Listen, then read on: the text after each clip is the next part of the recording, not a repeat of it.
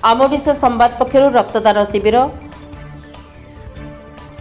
30/11/2025 तारिख में आम ओडिशा संवाद पक्षर संवादर चांदबाली ब्लॉक प्रतिनिधि निरंजन साहू प्रतिनिधित्व में चांदबाली सरकारी बालिका उच्च विद्यालय प्रांगण में रक्तदान शिविर अनुष्ठित होईछि। उक्त शिविर सभापति प्रफुल्ल दास, मुख्य अतिथि भावे बणिक संघर सभापति गोपीराम अग्रवाल, मुख्य वक्ता भावे चांदबाली आईआईसी परेश महांती, सम्मानित अतिथि भावे चांदबाली वकील संघर सभापति उपेन्द्र राउल, अमूल्य कुमार राउत, प्रधान शिक्षयित्री मीनाक्षी साहू, प्रफुल्ल साहू प्रमुख योगदान करथिले।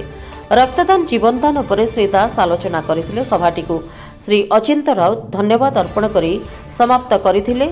सर्वप्रथमे सहकारी शिक्षयित्री मानसी मंजरी दास और प्रधान शिक्षयित्री मीनाक्षी साहू रक्तदान करथिले। एहिपरि गजेंद्र, उर्मिला, कैलाश, ओमप्रकाश अन्य माने रक्तदान करथिले। सभापति श्रीयुत प्रफुल्ल साहू महोदय को निवेदन करछि से रक्तदान शिविर संपर्क में सूचना प्रदान करे। श्रीयुत साहू महोदय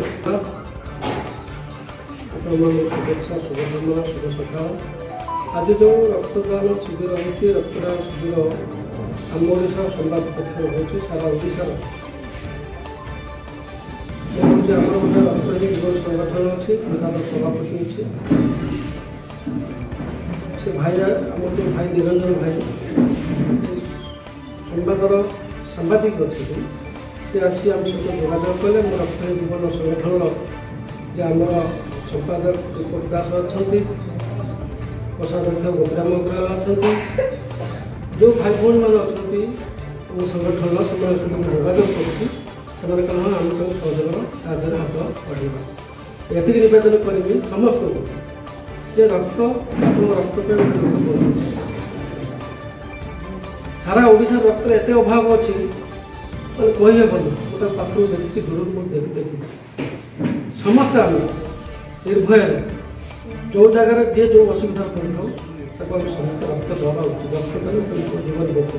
टी आगे आम जो बणिक संघ सभापति साथी कहले जिते जहाँ दान कर किसी लाभ ना, रक्त ही मुख्य।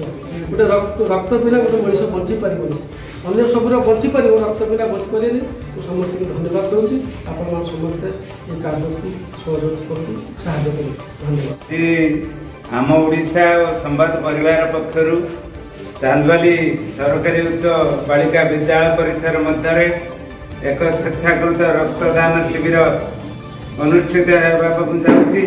यही उत्सव को आम चांदबाली बणिक संघर सभापति श्रीयुत गोपीराम अग्रवाल उद्घाटन कर निवेदन रखी से रक्तदान शिविर संपर्क में दीपद मत व्यक्त करेंगे।